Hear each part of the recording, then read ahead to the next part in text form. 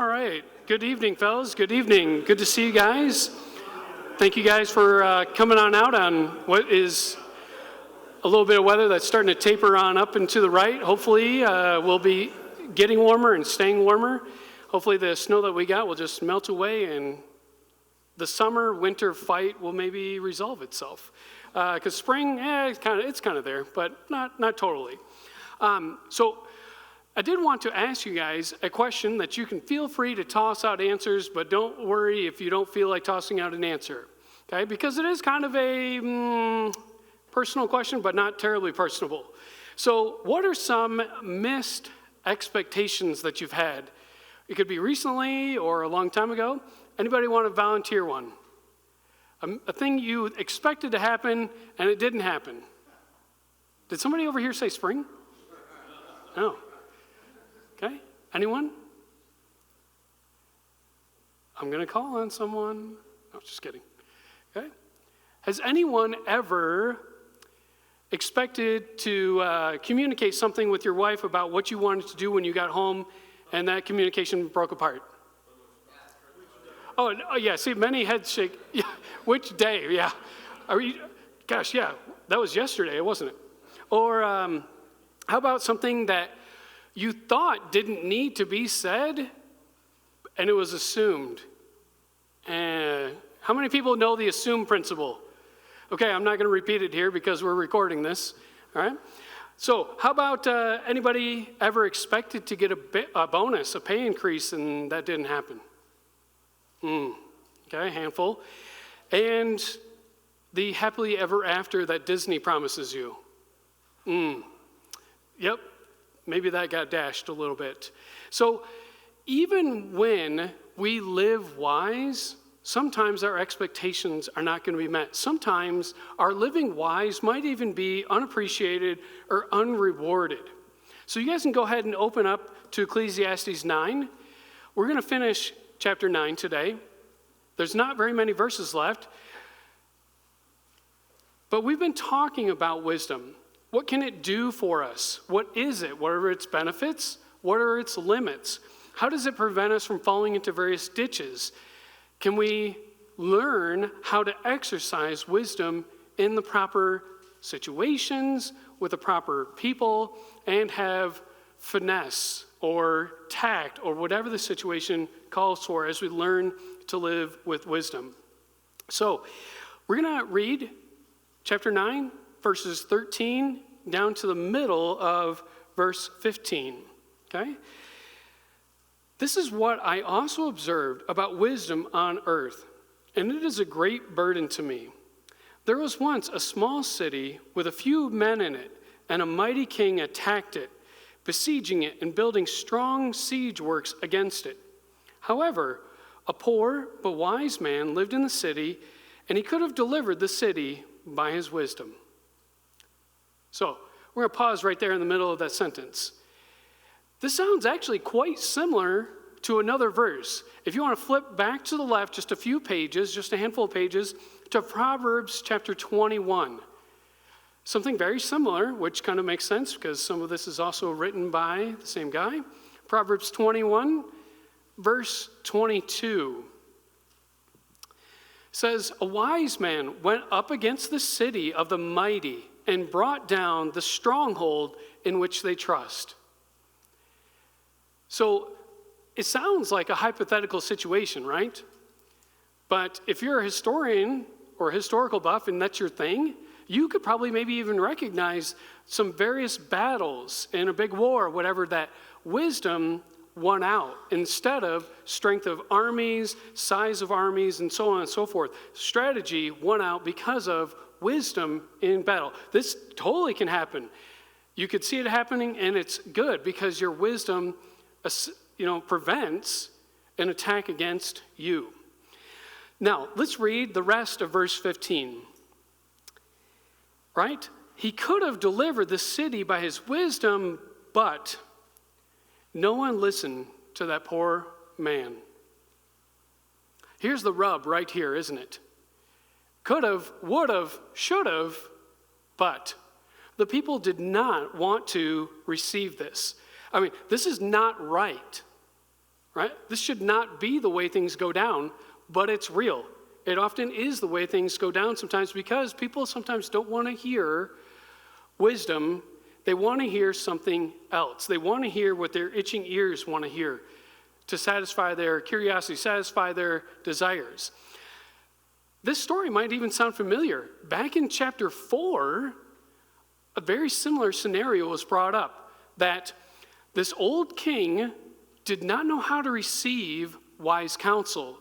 So he was regarded as a fool, and he did not do things well in his leadership, versus a young lad who was poor but wise came into leadership, and because he knew how to receive wise counsel, sift through it, and then employ wisdom in various situations in leadership, the nation prospered under his work, under his leadership. But what happened to that poor wise lad back there? Something almost the same. That poor wise lad who became king soon got forgotten. He soon got disregarded because the whims of the people changed. And they said, we don't really like your rulership anymore. We're off to a new thing. Okay, what have you done for us lately? Let's move on. Or maybe in the case here, if this is Israel, maybe they're moving on to say, you know what? We're kind of tired of worshiping Yahweh. We're going to go worship another God instead. That king, off with you. So this is something where wisdom is unappreciated and unrewarded. So I'll give you guys the benefit of the doubt in this room. I would be willing to bet that you're trying to live with wisdom. Otherwise, you wouldn't be taking time out of your week to try and learn from God's word what wisdom is and looks like. You wouldn't be having other people ask you about your life to say, am I living wise? So I'm going to say that you are trying to live wise. So what do you do when you live with wisdom and you're not appreciated or rewarded? Well, let's see. What if? What's the alternative here? Let's say that this man here had decided that he was not going to live with wisdom. Let's say he decided that early on. He doesn't live with wisdom, and so therefore there's no one to deliver, right? Well, at least he's not there.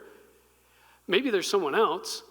But let's say that all people thought it was a good idea to discard or disregard wisdom because it doesn't offer the benefits we think it should offer. Then nobody is there to deliver the city. Nobody would be there because if everyone just went and lived and did wisdom because of its pragmatic value of what returns I get right away, you're going to be disappointed often. Why? Well, usually it takes time to learn wisdom, and it takes time to be wise and do wise things.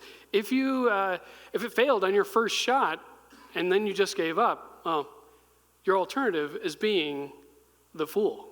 That's discussed here. So if you abandon those things and they don't pan out, well, let's say that's not the way you want to go. Well, what is left? Measured and thoughtful actions, because sometimes it does work, sometimes you mess up, sometimes you did everything right and it didn't pan out the way you thought it was or should be rewarded. So you're still going to have to step back and say, I need to make measured and thoughtful actions.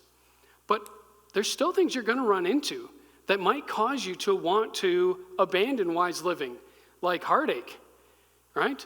Missed expectations. I thought if I worked hard at this job, I would get the raise. I would get the promotion. And usually it should be that way, but not always. Maybe instead of, another way to consider this is, what would have been? If I didn't, what could have been? Or what might have been? Well, you could have avoided some tragedies. You could have avoided some other issues. So now reevaluating, say, I'm not going to go there. And just because what I expect to come doesn't mean being foolish is the alternative. I think he's still communicating here, as he did in other passages. When you live with wisdom and you run up against other things, wisdom is still the superior option, even if the wicked climb the ladder faster, even if the fool seems to get by for the day. It doesn't mean it's still a good alternative. So, as we continue on, let's look at the audience. Who is part of this? Who is listening? Who is responding? Who all is involved here? Let's look at verse 16. So I concluded that wisdom is better than might, but a poor man's wisdom is despised. No one ever listens to his advice. His audience doesn't want to hear what he has to say. So why is wisdom still better, though? Well, wisdom, just like was said back in verse 15, wisdom can circumvent strength. Anybody here practice any martial arts? Okay, a handful. Can you, by wisdom, take someone down who's physically more imposing than you are? Yes, you can. Wisdom can circumvent strength in that analogy, and wisdom can circumvent strength because what happens to strength? Strength fades over time. Wisdom usually does not fade over time, does it? Usually wisdom is supposed to grow over time. So in a few decades, okay, or maybe for some of us, you're already there, the wisdom must be playing more of a factor than my strength because it will fade versus I can have the other to last me on through my, what do they call them now, golden years? Do we still call it that? I'm not there, so I'm not going to say anything, okay? Maybe some people call it silver years for this reason, but yeah. But I think it's helpful to notice that lasts. The other does not last. And it's this piercing perspective I think you'll see also in Proverbs 28:11. You don't have to turn there. I'll just read it real quick for you. A rich person is wise in his own opinion, but a discerning poor person can evaluate him properly. He can pierce right through and see, you're not all that in a bag of chips. You're not that great. I can sum you up. How many of you guys recognize the saying, you have been weighed, you have been measured, and you have been found wanting? That wise person can pierce through something that might be a facade of giving the appearance of greatness, but it can pierce through and say it isn't. So as we're talking about an audience here, you probably run into an audience that does and doesn't want to hear it. Who is the audience that we should be paying attention to? God. Okay? Now, I know that's a Sunday school answer that you might have said when you were in third grade, but it's still true even as an adult, even as a senior citizen, even as the grave is imposing. Right? Who is my audience? Who do I live wise for? Because the calling is to live wise, right? Even though the world might look at the message we say as foolishness, right? The cross is foolishness to those who are what? Perishing. Just because they say it's foolishness doesn't mean that it is.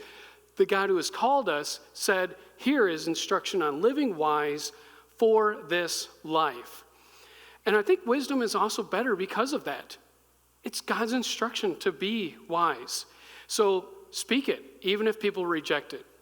I'll give a quick example. When I first got out of college, I got married. We moved down to North Carolina, and I was a high school teacher.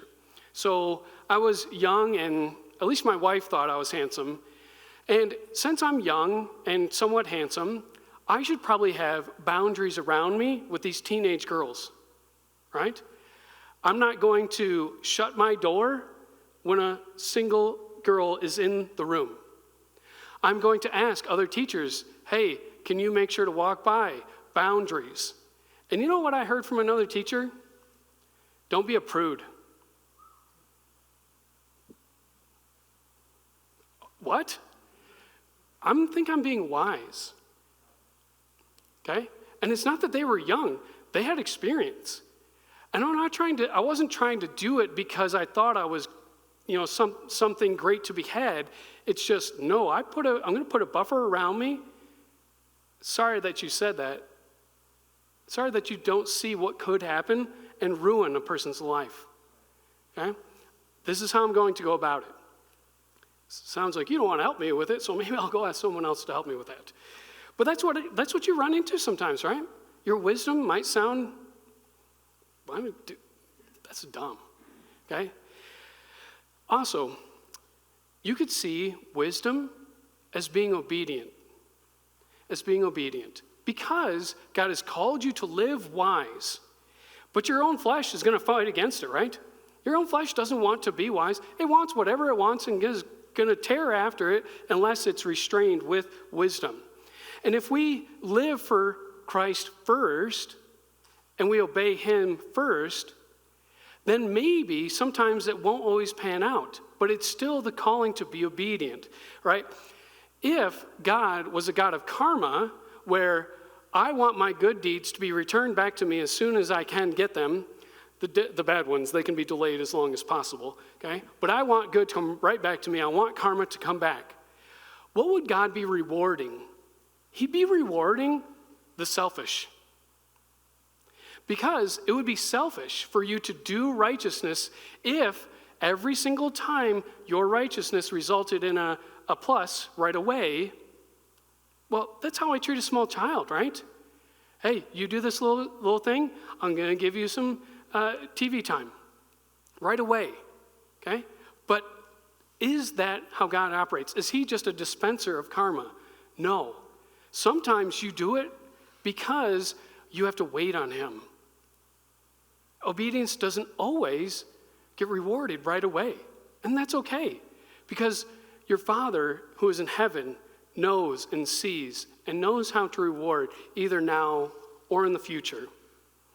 He's not a genie. You obey him, you walk with him, you trust him, let time go by and let the chips fall where they may if they have to. Still living wise. So let's do the last couple verses here, and we'll wrap up. The words of the wise are heard in quiet. More than the shouting of a ruler is heard among fools.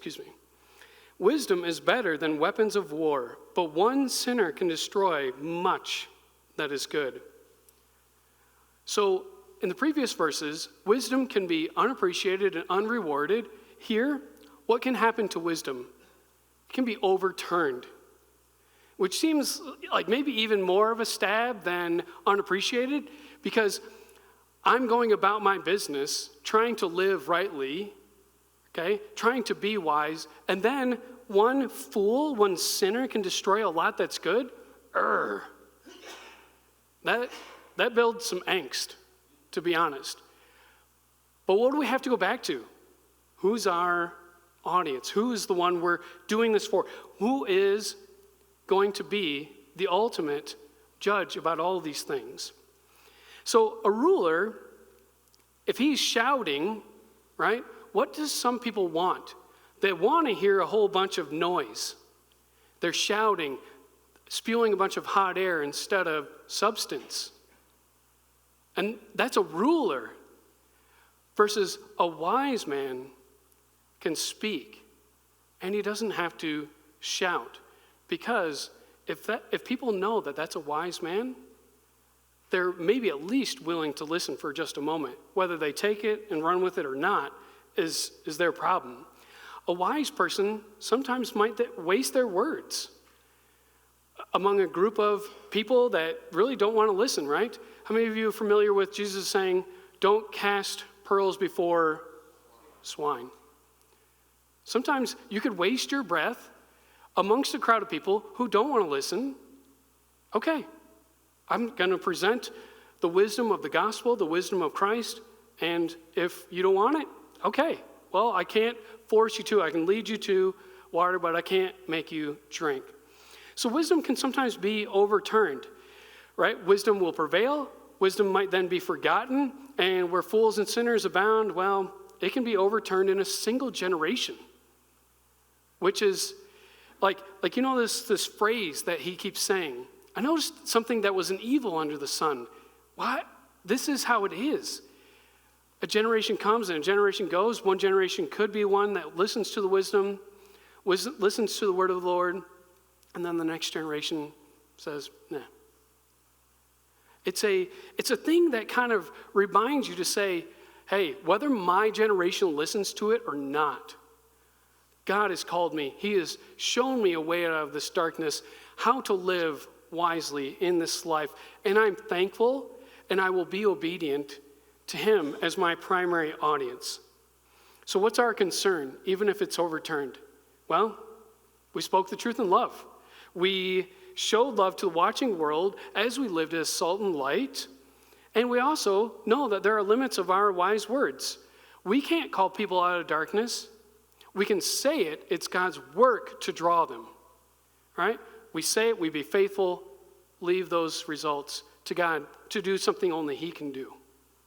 So in your discussion time, a few thoughts for you guys to mull over. They're very similar to the discussion questions on the paper. Now, what is it like for you when your wisdom is refused? Or when your wisdom is just rebuffed, even in the face of obvious, like, really? I mean, this is my evidence right here. You're just going to dispute something that seems quite indisputable? What might be the case if you were to abandon wisdom? What would be the fallout? How do we look to God as our primary audience? And how do we have his voice temper what we hear from others? Okay? I said temper what we hear from others. It's very popular nowadays to say, don't care what other people say. I don't think that's wise advice. That's saying my voice is good enough and I am completely able to discern the voice and wisdom of God by myself. That seems problematic. But how should I filter what I hear? I have people I love and care about. I want to hear what they have to say. Okay? So how do I let him being my audience filter what I hear from other people? Especially if they're a passerby, they just happen to be blabbing out something completely, unintelligible, whatever. But also letting it filter what I hear from those I love and care about, who I've invited into my life to give and allow their influence to come into my life. So there's some thoughts for the discussion time tonight. And then I did want to end with a short announcement. So not this Saturday, but next Saturday morning, which is April 1st. This is not an April Fool's joke, okay, just in case you thought it was going to be. We're going to be doing a morning with God. And it's open to all men in the church right up here. We'll be meeting in the morning, and we're going to have structured prayer time. And they'll have lunch afterwards together. So some of you might be quite familiar with how to pray, what to pray. Maybe you know scriptures that tell you things to pray about. That's great. If you're unfamiliar with it, we'll help give you some structure like acts: adoration, confession, thanksgiving, and supplication. A way to help structure your prayer time so that the time we spend together, we do it together, and you're getting trained a little bit. You become more comfortable. You get to do it with other guys. You get to hear what's on their heart, what they're concerned about, what victories and wins God is bringing them in their life. So you get to see and practice it a little bit more and become more familiar. Or if you're already very familiar, that's great. We get to spend some time together seeking the Lord about several things, and those topics, we'll lay them out through that time. So if you have any questions, feel free to snag me afterwards, but I'll be sending out an email so everybody has all the information next Saturday morning. Okay? So let's go ahead and pray, and then we'll head down for discussion time. Dear God, thank you so much for the opportunity to open your word, and that even though our wisdom is sometimes unappreciated, rebuffed, refused, ignored, it is still you calling us to live according to your will and ways. It's still you leading us by your Spirit to be wise and cunning as serpents. And I pray that you'd bless our time tonight, that we would think well, encourage well, and love well with each other. We ask this in Jesus' name by the power of your Spirit. Amen.